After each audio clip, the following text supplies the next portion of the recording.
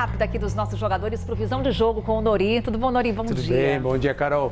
Vamos lá começar então nossa conversa. Ficamos com saudades de você ontem. Eu também, sempre. Então, mas estava de olho. Hoje, então, teremos o dobro de tempo de conversa aqui com o Nori, tá? Esse foi o combinado. A gente vai começar falando sobre Libertadores, porque chegando aí ao fim do primeiro turno da fase de grupos. E na quarta-feira tivemos vitórias do Botafogo, uma vitória emocionante do Palmeiras, só que aí derrota para o Flamengo. O que aconteceu? Começamos por onde? Você escolhe, quer começar?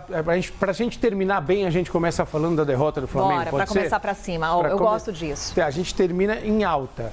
E por falar em alta, o Flamengo perdeu na altitude, quase 4 mil metros em La Paz. Foi o que atrapalhou a equipe? Atrapalha todo mundo. O Flamengo nunca venceu o Bolívar, por exemplo, em La Paz. E optou por algumas situações que estão gerando várias críticas ao Tite, ao treinador do Flamengo. Uma delas, poupar jogadores. O Flamengo foi sem 7 jogadores considerados titulares para essa partida, sob o argumento de que há um desgaste físico grande. 7 jogadores, Carol, desfigura qualquer equipe, né? Muita gente. Além disso, tem esse 12º adversário, que é a altitude. Nós estamos falando de quase 4 mil metros. Há um impacto muito grande no tempo de reação dos atletas, o ar muito rarefeito, na velocidade da bola. Como ensinou meu querido professor de física na escola, professor Pipoca, a bola perde menos velocidade com o ar rarefeito. Muitas vezes as pessoas falam, a bola fica mais rápida. Não, não fica mais rápida, ela perde menos velocidade. E aí os jogadores têm muita dificuldade de se adaptar a esse clima, além do frio, claro, do deslocamento, de uma viagem de quase 7 horas. Então o Flamengo sucumbiu diante dessas situações todas, de um adversário que joga muito bem em casa e, por curiosidade, 2 gols marcados por atletas brasileiros que atuam no Bolívar, Bruno Sávio e o Chico. Agora, esse resultado chega a levantar alguma contestação com relação à atuação do Flamengo no campeonato? Sim, levanta porque o Flamengo pode, dependendo do resultado do jogo entre Milionários da Colômbia e Palestino do Chile, se houver uma goleada do Milionários para cima do Palestino, o Flamengo cai para o 3º lugar na chave. Tá. A classificação, eu acho que ela ainda vai acontecer porque o Flamengo joga 2 partidas em casa, no Maracanã, no retorno. Só que o primeiro lugar na chave, que é muito importante, porque nos duelos eliminatórios, o primeiro lugar na chave garante o fato de se jogar a segunda partida em casa, essa situação já está ameaçada. Porque o Flamengo ontem perdeu um jogo que era fundamental, pelo menos para buscar um empate. Então, as críticas ao Tite são muito pesadas. E a situação piora, Carol, porque o Flamengo tem um clássico contra o Botafogo pelo Campeonato Brasileiro, domingo, às 11 da manhã. Pois então, é, isso você colocava pra gente, né? O quanto que essas competições acabam interferindo no desempenho dos clubes no Campeonato Brasileiro. No Campeonato Brasileiro. Os calendários, eles se canibalizam. É incrível como o futebol sul-americano não consegue resolver essa situação. Parece que uma competição fica disputando com a outra a melhor condição. E quem paga o preço? Os clubes dos jogadores. Bem, falamos aqui da derrota do Flamengo. Vamos agora para a vitória do Palmeiras. Vamos. Aquela vitória emocionante. Tem o Pedro Duran, palmeirense, estava aí comemorando. Tem que comemorar muito o Pedro Duran, porque foi uma vitória com tons épicos. O Palmeiras saiu atrás, perdendo por 2-0. Esse gol foi marcado pelo Kendrick Pais, que é um jogador de 16 anos. Já está vendido para o Chelsea da Inglaterra por 20 milhões de euros. É um sempre talento. Assim, né? Você vê um talento incrível. Novo, já está vendido. Ele que cruza a bola para esse segundo gol, marcado pelo Hoyos, que se você preferir assim. O Palmeiras não viu a bola no primeiro tempo. E acabou encontrando no último lance do primeiro tempo, Carol, este gol do Hendrick. Este gol muda o jogo. Porque o Palmeiras, ele sobrevive ao primeiro tempo e vai para uma condição melhor na segunda etapa.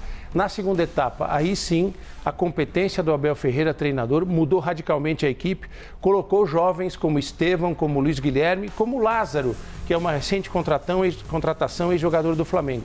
O Lázaro faz o gol de empate, num passe do Flaco Lopes, outro jogador que entrou no segundo tempo. E aí no final, último lance do jogo, olha que beleza de gol do Luiz Guilherme, outro garoto revelado pelo Palmeiras. Então é impressionante. O time do Palmeiras não desiste nunca. Essa é uma marca que o torcedor do Palmeiras tem que aplaudir, tem que comemorar. Não tem jogo perdido para o Palmeiras. Mas o quanto o gol, ainda no primeiro tempo, faz com que o ânimo da equipe seja modificado na segunda etapa. Tem a questão da altitude em Quito também, são quase 3.000 metros, o impacto também é grande.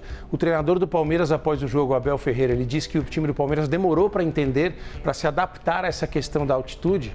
E esse gol do Endrick, no finalzinho, no último lance do primeiro tempo, dá um gás extra, dá um oxigênio em termos de desempenho para que a equipe pudesse voltar. Mas não tem como a gente não aplaudir mais uma vez o que faz o Abel Ferreira, como ele mexe rápido no time e como o time responde. Tem o time nas mãos. Agora é curioso, né? Me contaram que o Palmeiras era considerado dos azarões aí nos sorteios entre os brasileiros. Porém, aqui nesse jogo, obviamente tem toda a habilidade, mas esse gol ali nos minutos finais também contando com um pouco da sorte. Carol, quando se trata de Palmeiras na Libertadores, os azarões são os outros. O fato é esse. O grupo é complicado, é difícil para quem enfrenta o Palmeiras, porque é um time que tem uma capacidade, além de todo o trabalho de futebol, tem uma capacidade incrível de recuperação. Vamos a Botafogo? Vamos a Botafogo. Aí não teve tanta emoção, não. Na verdade é só comemoração, né? Olha só aqui os gols que a gente vai trazer para vocês. E belos gols marcados pelo Botafogo contra o Universitário do Peru, resultado muito importante. O Botafogo começou mal a Libertadores, perdendo em casa para o Júnior Barranquilla. Então, os resultados em casa são fundamentais. O Botafogo construiu uma vitória tranquila, não foi ameaçado em momento algum. Tem apenas uma preocupação que sai desse jogo. O Tiquinho Soares, atacante do Botafogo, ainda no início da partida, foi substituído reclamando de dores na coxa direita. Então, o Botafogo vai fazer exames hoje neste jogador, que é muito importante, o atacante, para saber se haverá algum problema. E ressalto aqui a informação, né? Tem Botafogo e Flamengo, 11 da manhã pelo Campeonato Brasileiro. Em termos de classificação, esse resultado foi muito importante para o Botafogo. Então vamos acompanhar aqui a classificação dos times brasileiros? A gente tem no telão ou em tela cheia? Vamos lá, aqui no nosso telão. Ótimo. Vamos aqui então acompanhando juntos com o Maurício Noriega. Grupo D, o grupo do Botafogo. Olha aqui a importância da vitória. 3 pontos, ainda é o último colocado do grupo, mas vai para o segundo turno numa condição melhor e tem que recuperar esse saldo. Saldo é critério de desempate também, o saldo é negativo. Quando a gente coloca saldo na classificação é o saldo de gols. Você vê o Júnior Barranquilla, tem 5 pontos e um saldo positivo de 2. Então ontem era fundamental para o Botafogo vencer e o Botafogo venceu. Hoje tem mais Libertadores? Temos 2 jogos importantes da Libertadores, o Fluminense. Vamos passar por esse grupo aqui, que é o grupo do Flamengo, ansiosa. Carol? Não, tranquilo. Você sempre tem razão, Carol. Olha lá, hein? O grupo E do Flamengo, perdão. Olha a dificuldade que o Flamengo tem. Por quê? O Bolívar foi a 9 pontos. Então, o Bolívar está encaminhando a classificação, não apenas a classificação, mas o primeiro lugar do grupo. Aí o Milionários, se ganha do Palestino hoje, dependendo do resultado, se ele faz uma goleada, eu chamo a atenção para o saldo. Ele passa ao Flamengo.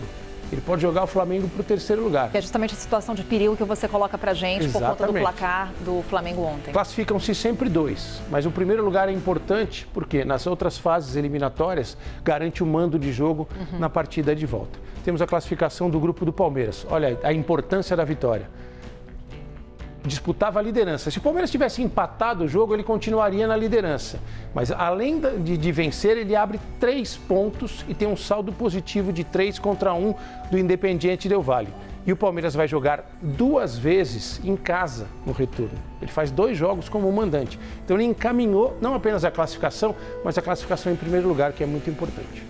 Agora sim, vamos falar do jogo de hoje. Vamos falar dos jogos de hoje. Pois é, falei do jogo porque tem uma expectativa para a estreia do novo técnico do São Paulo, Zubeldia. Zubeldia argentino. Pois é, hoje então teremos o primeiro teste dele em campo. Primeiro teste dele em Guayaquil, no Equador, contra o Barcelona do Equador. Um time que ele conhece porque ele foi treinador dessa equipe e treinando a LDU de Quito ele enfrentou várias vezes. Então a expectativa é positiva para o torcedor do São Paulo. E o Fluminense, outro tricolor, o tricolor carioca, vai jogar no Paraguai contra o Cerro Porteño. Estaremos de olho com o Maurício Noriega, sempre no Visão de Jogo, aqui conosco no Novo Dia. Obrigada, Nori. Muito obrigado, Carol. Bom dia para você. Bom dia.